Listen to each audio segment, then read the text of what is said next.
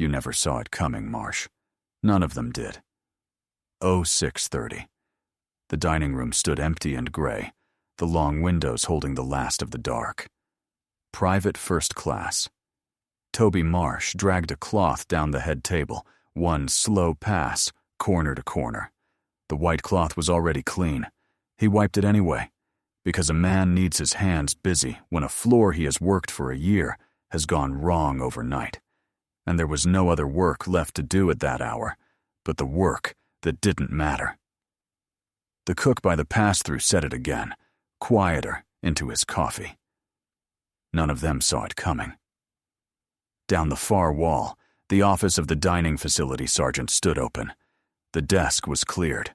The chair was pushed and square. The little slot beside the door, the one that had held a name card for as long as Marsh had been on this post, was empty. Somebody had pulled the card and not put a new one in. The room smelled of bleach and cold coffee, and the particular stillness that settles over a place the morning after a thing that cannot be taken back. Marsh set the cloth down on the cloth. He looked at the empty chair a long moment. He was 20 years old, and he had watched the whole thing happen, and he still was not sure he believed the order of it. How quiet it had been. How it had turned on a single word, said by a woman nobody had bothered to learn the name of. Rewind. 1300 hours. Yesterday. The same room, and it was loud. The weekly command luncheon. White cloths on the head table, place cards for the staff, printed and creased down the middle. Steam rolled off the serving line in a slow sheet. 200 soldiers moved trays through the hall, and 40 more than that were logged on the morning head count than had ever picked up a fork. Silverware rang. Boots scuffed tile. Under all of it ran the low engine noise of a garrison at midday, 400 conversations at once. At the far end of the head table, where the last chair met the wall, a woman sat with a clipboard, flat on her knee, and a visitor badge clipped to a plain gray blazer.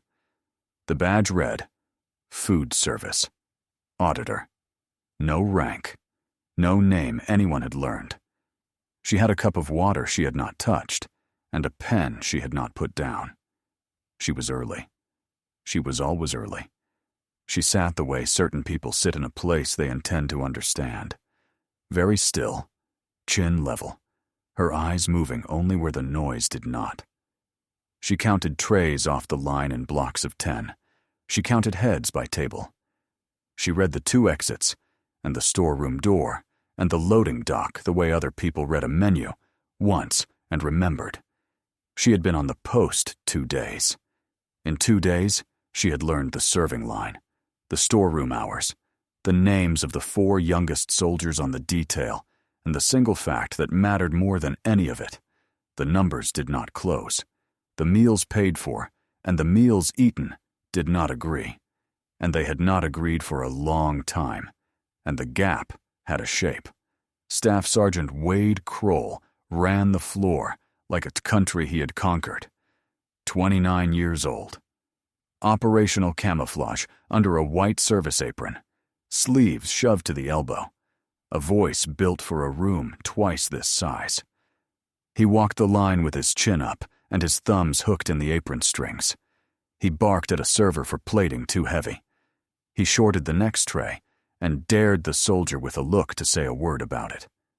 Every soldier under that roof had learned, without anyone teaching them, the exact distance to keep from Staff Sergeant Kroll and the exact tone that kept his attention off you. The woman with the clipboard raised one finger, just enough. Sergeant, your morning head count logs 340. I count 298 trays plated. Kroll did not slow down. You count whatever helps you sleep, ma'am, he said. Ma'am, the way other men say, get lost. My kitchen. My numbers. You want to audit something? Go audit the parking lot. A couple of his crew laughed on cue. He kept walking. She wrote something in the notebook. 4 words. Maybe 5. She did not raise her voice. She had not raised her voice once in 2 days, and to Kroll that meant she had none. At the head of the room, the double doors opened, and the hall's noise dropped by half in a single second, the way a field goes quiet when a hawk crosses it. Brigadier General Harlan Voss came through, 55, unhurried, one silver star on each shoulder. The outgoing garrison's senior commander come to take a meal with his staff in the last week of his watch. Chairs scraped. Men found their feet along the near tables. Kroll wheeled to clear the center aisle for the general, and there, one step into his path, was the auditor. He did not step around her. He set the flat of his hand against her shoulder and shoved. "I was here first, lady. Move!" He put his weight into it, and then he put a little extra on top for the room. This table's for people who actually matter. She did not brace. She did not throw a hand out. She did not stumble. The push hit her, and she gave one half step and set her feet and stopped, the clipboard riding steady on her knee, the water in the cup not even trembling, and she turned her head and looked at him with nothing on her face at all. No heat. No fear. A stillness that had been earned somewhere he could not imagine. "Understood," she said. That was the moment the room changed, and Staff Sergeant Kroll was the only person under that roof who did not feel it. 3 seats up the table, Command Sergeant Major August Prieto had come half out of his chair. 51 years old, gray at the temples, 30 years of reading rooms living in his hands. He had stopped mid-motion, one palm flat on the white cloth, weight forward. He was looking at the woman by the wall the way a man looks at a face he has seen in a photograph and cannot yet place. The recognition arriving from underneath, ahead of the name. "Mom," Prieto said. To no one. To the room. It came out of him without a decision. A staff sergeant's hand was still on her shoulder, and 3 seats up the head table, the senior enlisted soldier on the entire post was slowly getting to his feet. Kroll felt like a winner, so he pressed his win. "Pack up the clipboard. Numbers, lady." He said it to the room now, playing to his crew on the line, thumbs back in the apron strings. "Let the adults eat. You've been underfoot for 2 days." A captain on the staff, young, red to the ears, leaned toward him. "Sergeant, that's enough." Kroll waved him off like a fly at a picnic. The woman set the clipboard flat on her thigh. She did not stand. She read the day aloud the way a soldier reads a range card, flat and exact, one number at a time. 340 logged this morning, 298 trays plated, 42 meals billed to no one. She let one beat pass. It was 42 on Monday, 39 on Tuesday, 44 on Thursday. That is roughly 600 meals this quarter that no soldier ate, and the dining account still paid for. At the contract rate, that is a number with 4 digits in front of the decimal. No calculator. No notes turned. She said the figures the way other people say the time of day. The near end of the head table went very quiet. Prieto's eyes cut from her to Kroll and back. He was cataloging her now, item by item. The stillness that did not read as fear. The clipped exact words with nothing wasted. The way her gaze went to the serving line and the storeroom door and the 2 exits, and never once, not one time, to the brass. Auditors fidget. Auditors flatter the room. Auditors watch the important people to see how the important people want them to behave. This one did none of it. This one carried the bearing of someone who had commanded, who had stood in a doorway and had 100 people's next 4 minutes hang on her voice. "Who signed her onto this post?" Prieto said, low, to the captain beside him. "What office cut her visit orders?" Kroll laughed, because the numbers had not frightened him. Nothing frightened Kroll that did not shout, and Kroll measured the whole world by who shouted and who flinched. "You'll have a real long week here, numbers lady. I promise you that." Real long. Prieto folded the printed luncheon program in half, slow, his thumb pressing hard along the crease. Her name was on that program somewhere, in the small print, in a line he had not read yet. He did not know it yet. But his hands had already begun to believe. A staff sergeant's hand, still resting on her shoulder. And across the table, the command sergeant major of the post, all the way up on his feet now, staring. Before the room could learn who she was, she showed the room what she was, and she did it without a single word about herself. By the mid-meal, Kroll had decided she was harmless, because she had not shouted back, and he came off the serving line to prove it in front of his crew. "You still here?" He planted himself over her. "I told you. Pack the clipboard. This is a working kitchen, not a spreadsheet." She did not look up from the notebook. "The plating log for the past 10 days. It's in your office, second drawer, under the requisition binder. It doesn't match the head count sheets. I'd like to reconcile the two while a witness is standing here." Kroll's grin slipped a half-inch. He had not told anyone where that log lived. "You've been in my office?" "No," she said. "I've been on your floor.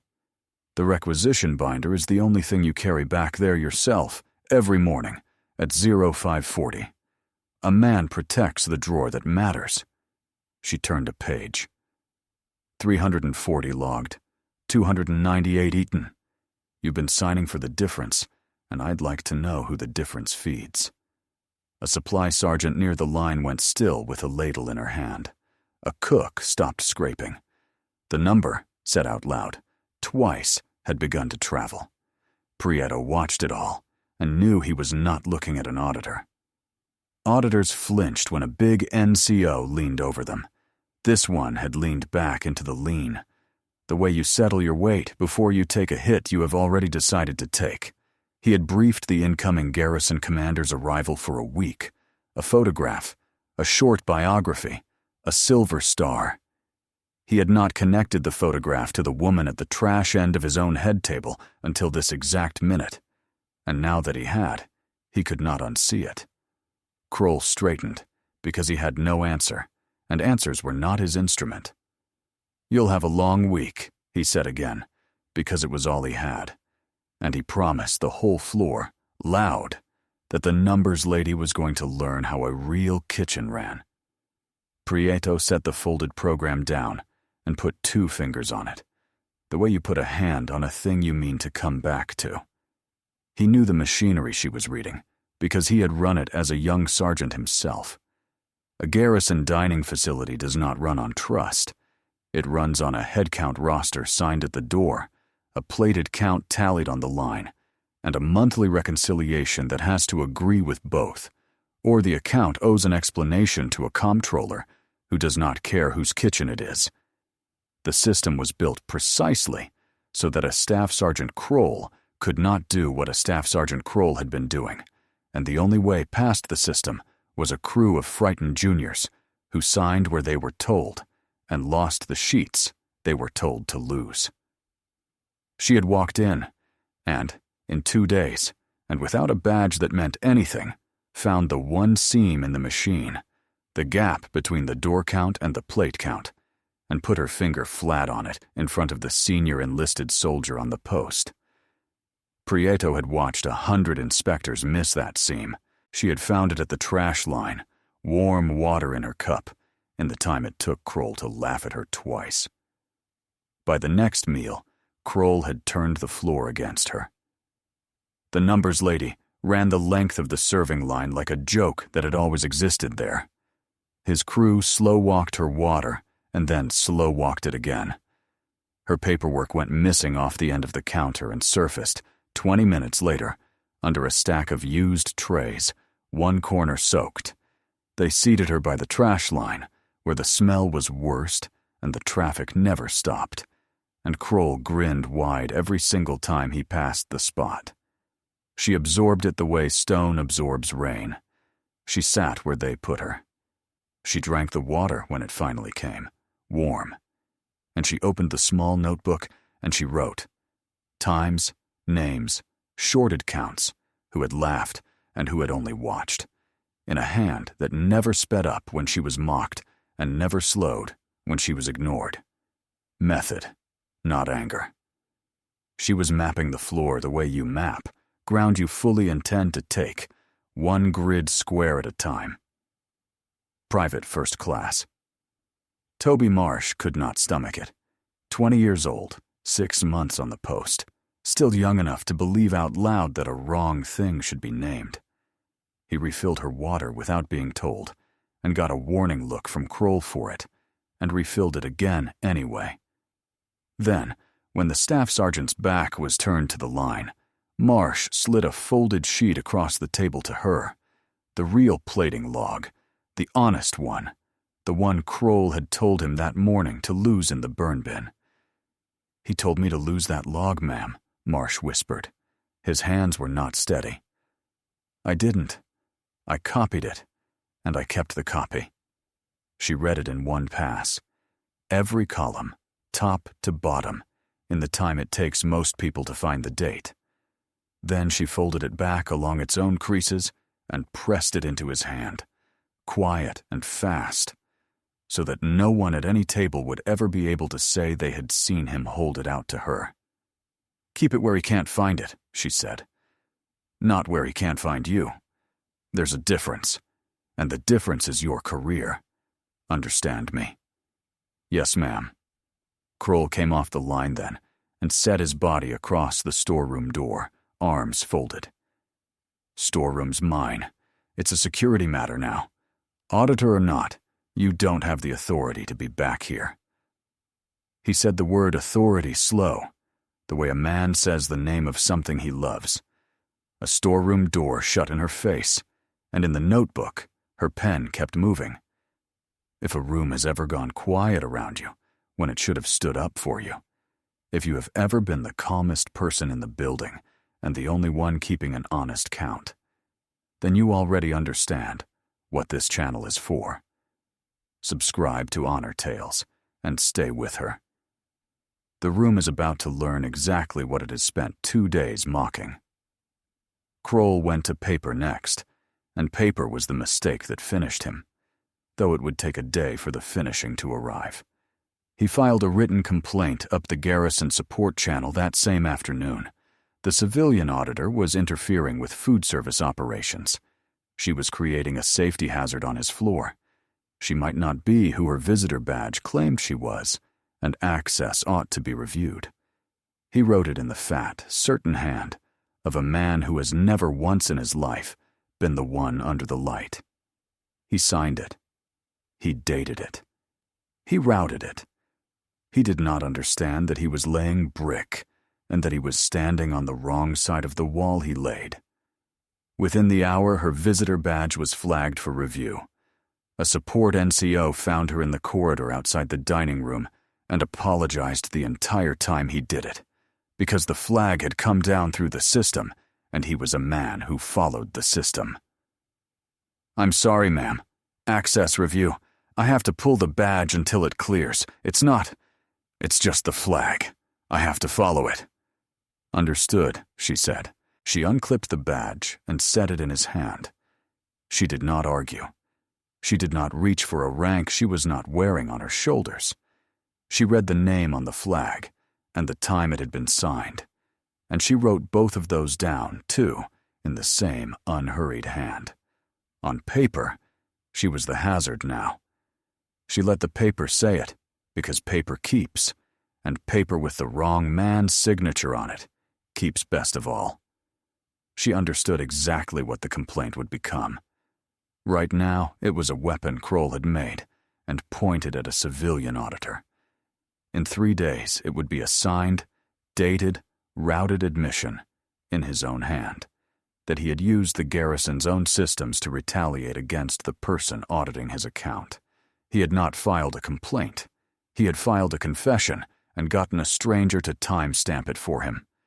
She read the routing slip twice, memorized the 2 offices it had passed through, and the names that had initialed it along the way, so that no one honest downstream would take the fall for a flag they had only forwarded, and she closed the notebook. Every line of it would hold. That was the whole point of letting it be written. Kroll found her by the loading dock afterward and could not stop himself. "Filed it this morning," he said, thumbs back in the apron strings, rocking on his heels. "Let's see how your little audit does with no badge, no storeroom, and not one friend on my floor." He walked off whistling a tune, pleased all the way down. Command Sergeant Major Prieto did not whistle. Prieto went to the visitor control desk and pulled the master log himself. Not the working sheet, the master. The one with the sponsor line and the issuing office that Staff Sergeant Kroll had never in his life bothered to read. He ran one finger down the column of names until he reached hers, and beside it, the office that had cut her orders. And beside that, a designator he knew on sight because he had spent a week staring at the same designator on a different piece of paper. "Colonel," he said, alone, to an empty room, and the word had weight in it, and heat. A command sergeant major's thumb resting on a single logged line, a rank, a name, a date, an office. While across the post, in a warm kitchen, a staff sergeant told his crew he had won. Prieto matched the line to the folder in his own desk inside the half hour. Change of command orders. Incoming garrison commander, Colonel Camille Larkin. A photograph clipped to the corner. The same still face, the same level eyes. In army greens, with an eagle on each shoulder, and a short, dense row of ribbons. A senior enlisted man could read at 10 paces. And a silver star ribboned. A senior enlisted man could read at 20. Effective in 3 days. He read her name 3 times. Then he closed the folder very gently, the way you close a door on a sleeping house. He found her in the corridor outside the dining room, alone, notebook under her arm. He came to a stop, and his spine straightened on its own, and his hand started up toward the brim that was not there. She stopped him with a look. "Not here. Not yet." "I know who you are, ma'am," Prieto said, low and even. "I can have Staff Sergeant Kroll out of that kitchen within the hour. 1 word from me, and it's done tonight. You should not have to eat another meal at that trash line." "Tomorrow," she said. He waited. He had learned, in 30 years, when a silence was going to be filled by someone worth listening to. "I want all of it," she said. "Not just the part that touched me. The shorted counts, the billed meals. Every soldier he leaned on to keep the shortage quiet. I take command of this post in 3 days, Sergeant Major. I would rather take it clean than take it angry. A correction made in temper leaves cracks. A correction made complete holds for 20 years. Give me 1 more day, and I will have the whole shape of it, and it will hold in any forum you can name." Prieto studied her the way he studied ground before a movement. 30 years of soldiers had taught him the exact difference between a person swallowing a slight because they were weak and a commander choosing her ground because she was strong. This was the second thing. It was entirely the second thing. "He's not just a loud man, ma'am," Prieto said. "I want to be square with you. He's a small thief with a crew, and it's the youngest ones on that line who are paying the tab.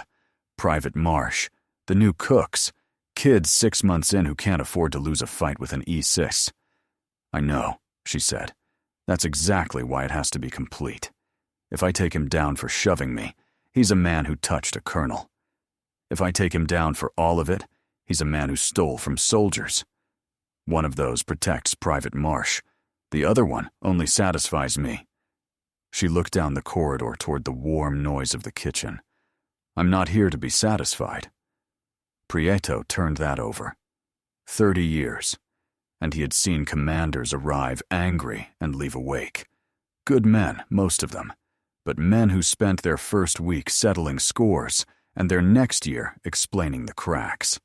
He had also, twice, seen the other kind. A commander who came in cold and patient and let a bad man finish building the case against himself, then closed it in a single clean motion that never had to be reopened. Those two were the best he had ever served. He looked at the woman in the plain gray blazer, the flag on the badge they had taken from her, and understood he was standing in front of the third. "One more day, ma'am," he said. "I'll keep the youngest ones off his worst detail without tipping it.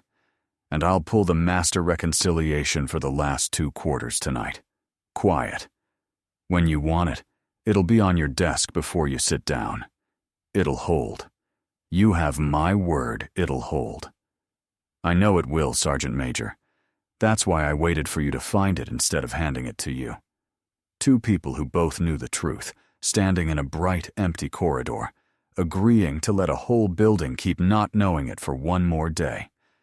Stay with me here, because tomorrow is when it turns.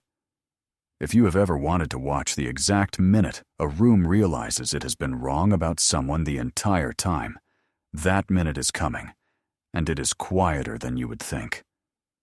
Subscribe to Honor Tales so it doesn't pass you by. Here is the part the room did not know. You should know it. That night she sat alone in temporary quarters. 1 lamp, the notebook open on the desk. Beside the notebook, the change of command program with her name printed on the first line.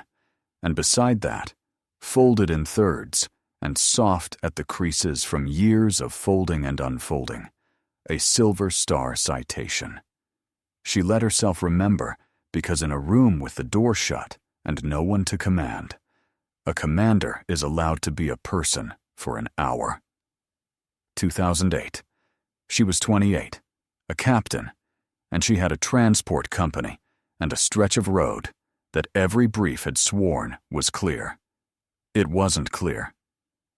The lead vehicle went up in a wall of noise and light and heat, and the convoy commander went up with it, and the radio net filled in an instant with the sound of very young voices losing the thread all at once. She took the net. That was where the clipped voice had been born. The exact words, the no-wasted syllable calm. Not in a school, but in the worst 4 minutes of her life, turning a stalled column out of a kill zone, 1 single instruction at a time. Left track. Push through the smoke. Do not stop in the smoke.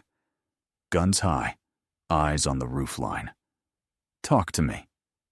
She learned that night that a voice that does not shake can hold a road together when absolutely nothing else will, and she had never let it shake since. Sergeant Danny Ocampo was pinned and hurt bad, down in the open ground between the 2nd and 3rd vehicles, and every line of doctrine she had ever read said, "Keep the column moving, and do not send a soul back across open ground for 1 wounded man."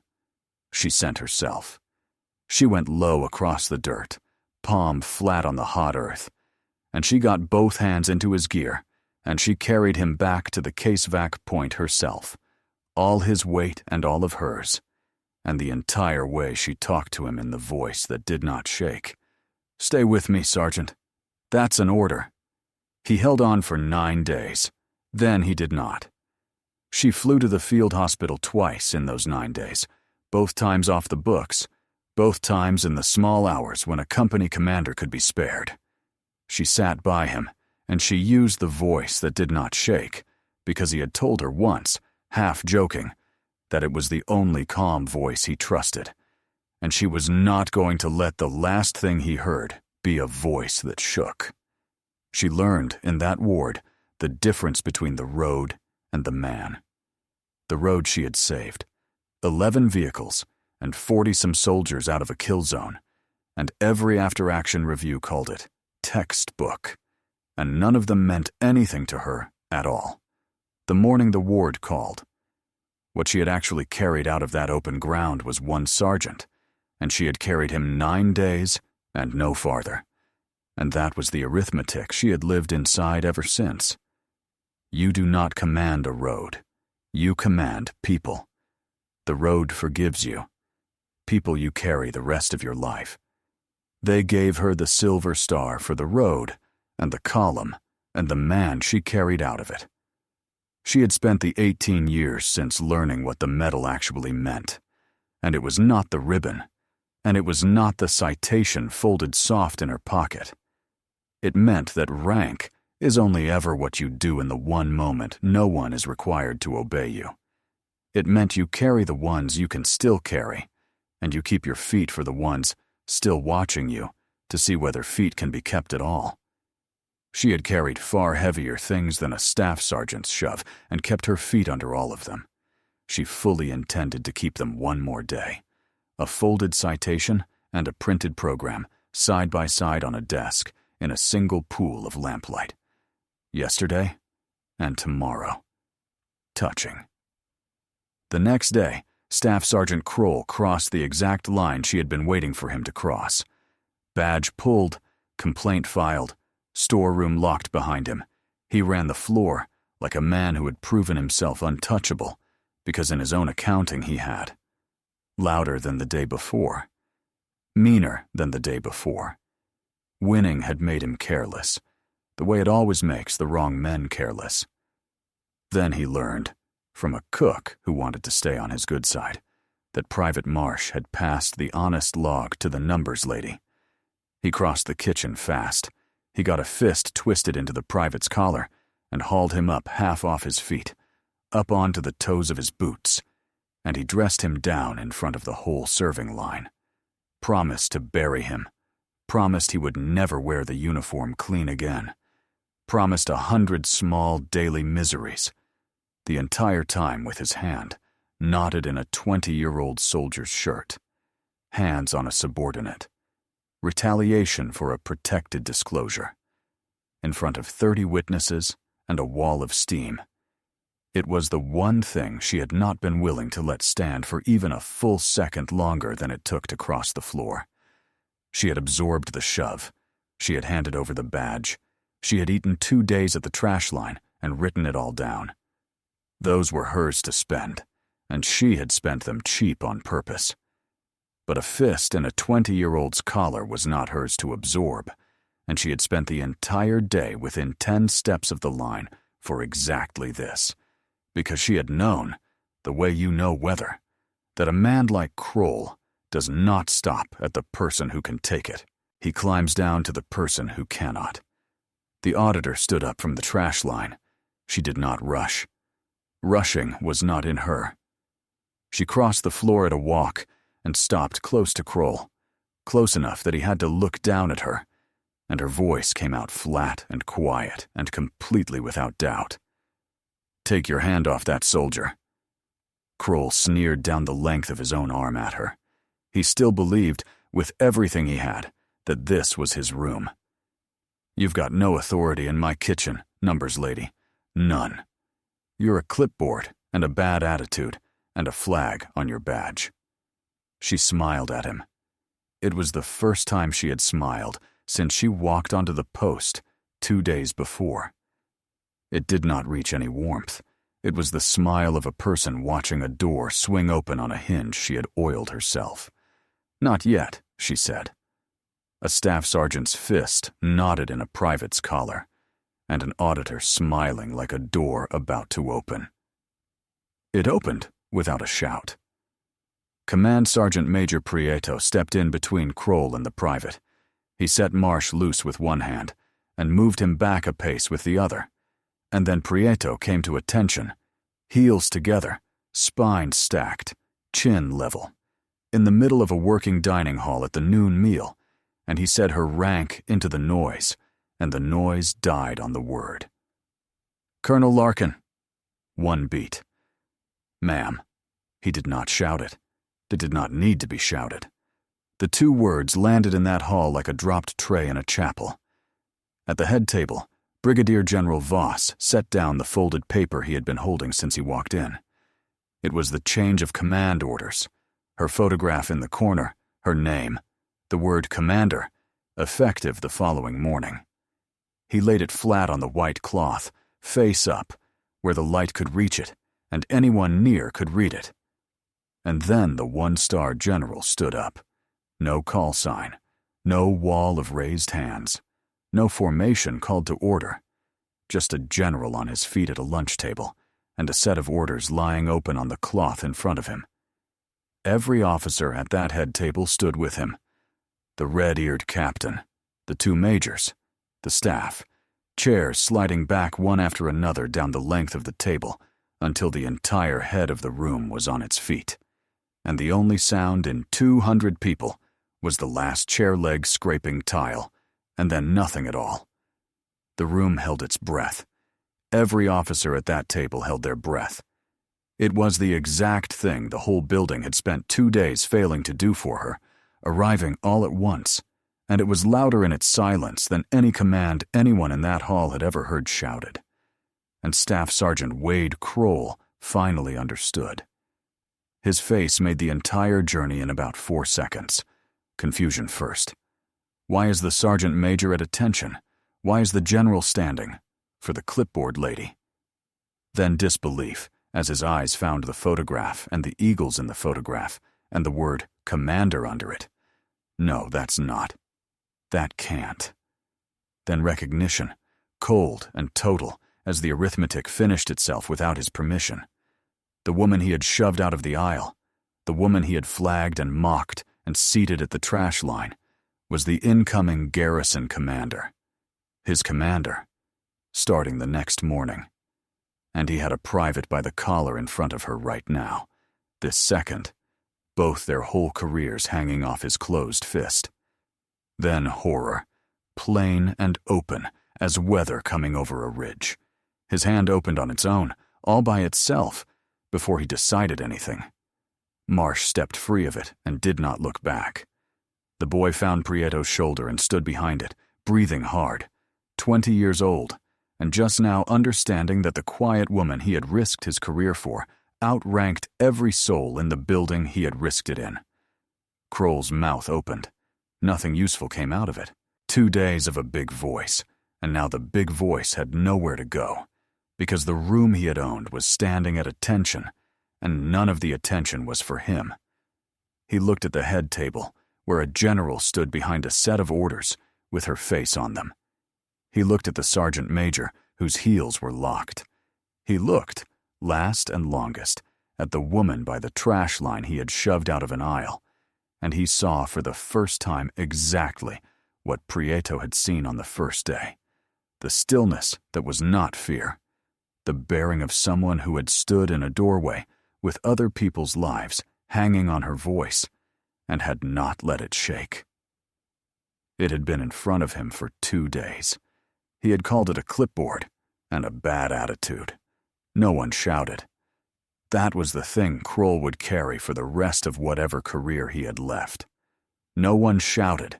No one struck him. No one even raised a voice. The room simply stood, and the standing was heavier than any order ever given on that post. "Staff Sergeant," Voss said, mild as a man ordering his coffee refilled. "You'll want to let go of that soldier." He glanced down at the boy already stepping clear. "Oh, you have." She still had not raised her voice. She had not raised it one time in 2 full days. She did not have him arrested. That is the part everyone expects, and it is not the part that happened.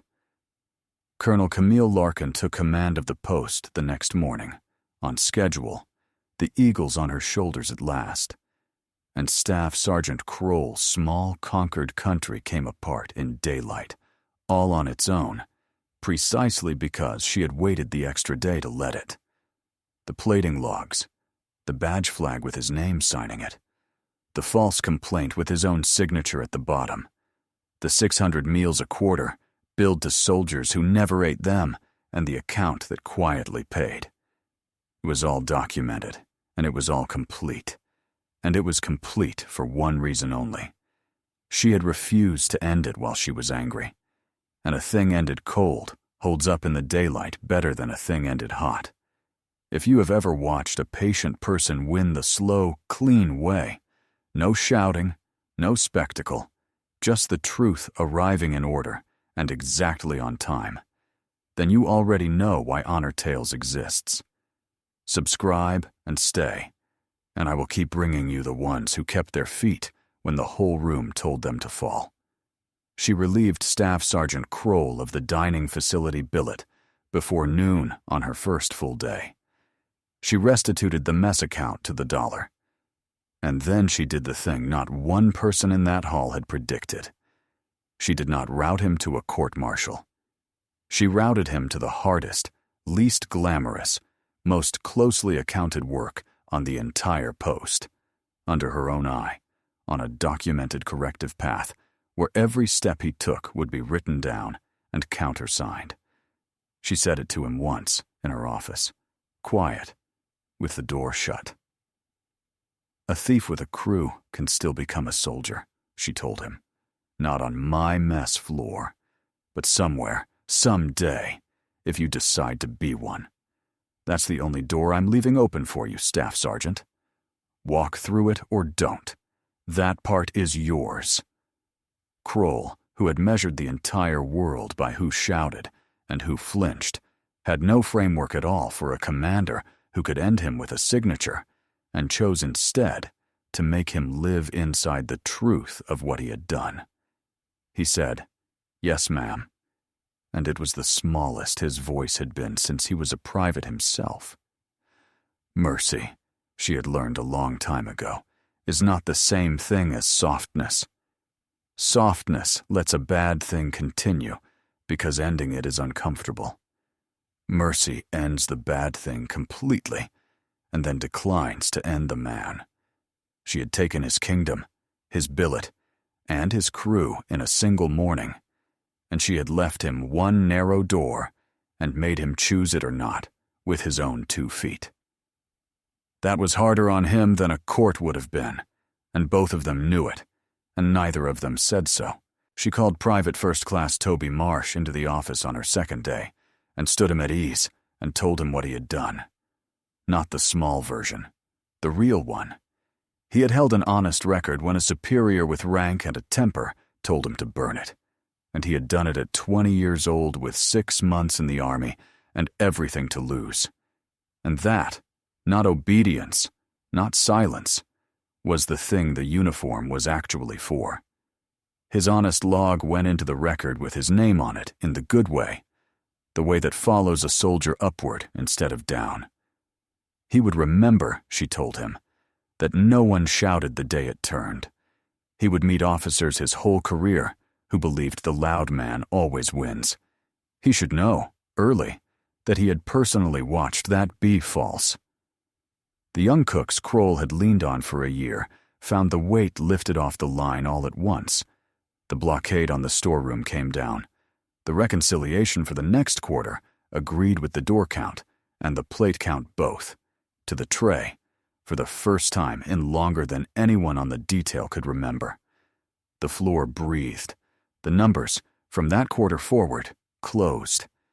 And the thing she had wanted for herself, the quiet week, the unseen assessment, the chance to learn the post as a nobody before she had to own every soul on it, that was gone the instant Prieto set her rank into the noon meal. Every soldier on the installation now knew that the incoming commander had walked their serving line as a woman with no name, had been shoved and flagged and mocked and seated at the trash, and had written it all down without a single flinch. There was a real cost to her method, and she paid it in full. A commander does not get to go invisible twice. She decided it was a fair price, and she was right. At dusk, she stood at the dark window of the empty dining room, 1 floor up, the serving line quiet and clean below her. She had pinned the eagles on at last. She took the folded Silver Star citation out of the breast pocket of her greens, soft at every crease, and she set it in the top drawer of the desk, and she slid the drawer closed with 2 fingers. The eagles had gone on at dusk. She had earned them a very long time before anyone in that room knew her name. A colonel at a dark window. The mess quiet below her. The citation put away. Nothing owed. Nothing teased. Just a woman who had kept an honest count and kept her feet, and let the truth stand up on its own time and in its own good order. Every soldier carries a story that few ever hear. Listen with your heart. Thank you for staying and watching. Subscribe to Honor Tales for more.